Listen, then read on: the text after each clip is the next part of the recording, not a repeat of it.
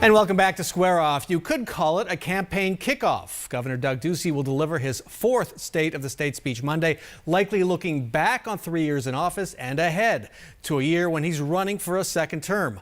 Polls show funding education is the #1 issue for voters. What will Ducey have to say about that and other questions for the year ahead? Joining us this morning to answer all that and more, Lori Roberts of the Arizona Republic. To my direct left, Christine Jones, former Republican candidate for governor and former GoDaddy executive, and Ben Giles of the Arizona Capital Times. Good to see you all. Morning. So this will have the feel of a campaign speech, I'm going to guess. Christine, what can Governor Ducey point to as his accomplishments as governor? Just a few.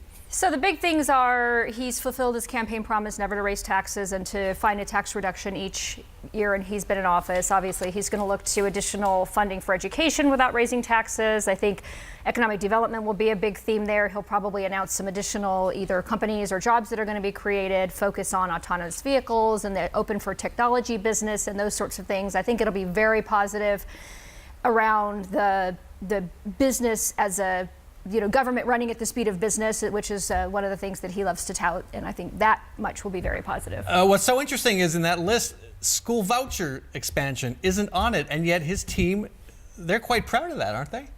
Oh, I think they're quite proud of that, but I think you'll see it disappearing this year. I think the one thing he will focus on the biggest, and the one thing that people are listening for, is his commitment to public education. He will tout his what he'll call his successes of last year, but the elephant in the room is going to be, if you're a big supporter of education, are you going to do what it takes to really meaningfully drive forward the schools? And to do that, it's going to require a new revenue source. Okay. He's committed to not doing that, so I don't see where that goes. Okay, so he says, I share that goal with educators. Ben, he's talked about this deal involving the tribes.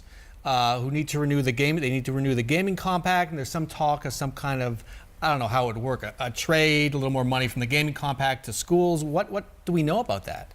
Not much, and frankly, what we're looking for now is what's left in between the cushions and the couch here, and there's not much there. What Ducey has done in the past, what Republican leadership has done in the past for education funding, is kind of play this shell game with what's left in state revenues, because they are committed not to increasing taxes, and they're not going to increase revenues significantly unless that happens. So we're looking for pennies and dimes and scraps here or there. And I think the consensus that's building, even among some Republicans at the Capitol, is I don't think that's going to change the conversation on, is this governor really committed to public education? The little funding moving around here or there, that's not really going to change the narrative for Ducey this year, if that's all he comes forward with. So you mean he has to go big? But the question is, how do you go big without increasing this taxes? kind of deal we don't know much about. I'm waiting on pins and needles to hear that, because I was speaking with the Senate president last week, and even he mentioned, I don't know what he's going to come up with, but will it convince people who are so disappointed after last year, his promise for a big raise for teachers? You can take that to the bank, followed by the 4/10 raise on teacher salaries, which wound up being 1% this year.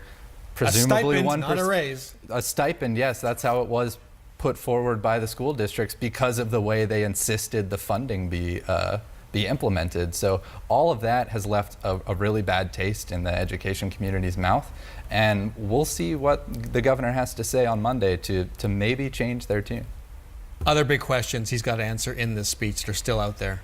Well, clearly that's one. I think he will focus on the opioid crisis, which is profoundly bigger than any of us really thought, and devastatingly impactful, not just in Arizona, but across the country. So, and I think he has a personal passion for that as well. I think we'll see some questions there and maybe, potentially some answers, but also around how do we raise revenue without raising taxes? And if we're going to put off looking at the extension of 301 which is the 1 cent tax increase, until 2 years hence, then how do we get the major dollars into education, which nobody disagrees we need, without actually doing a tax increase.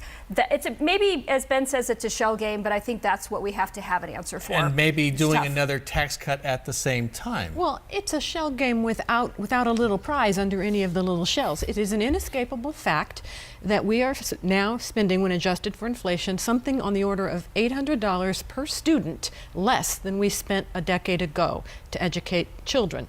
You cannot, as he said, you cannot search the sofa cushions unless your sofa is a lot richer than mine. You cannot find the money there. It just does not exist without some form of a revenue increase. Okay, Well, we're going to hold that thought for the next segment. When we come back, what state legislators want to deal with and the 5 kookiest bills we'll hear about this session. Stay with us.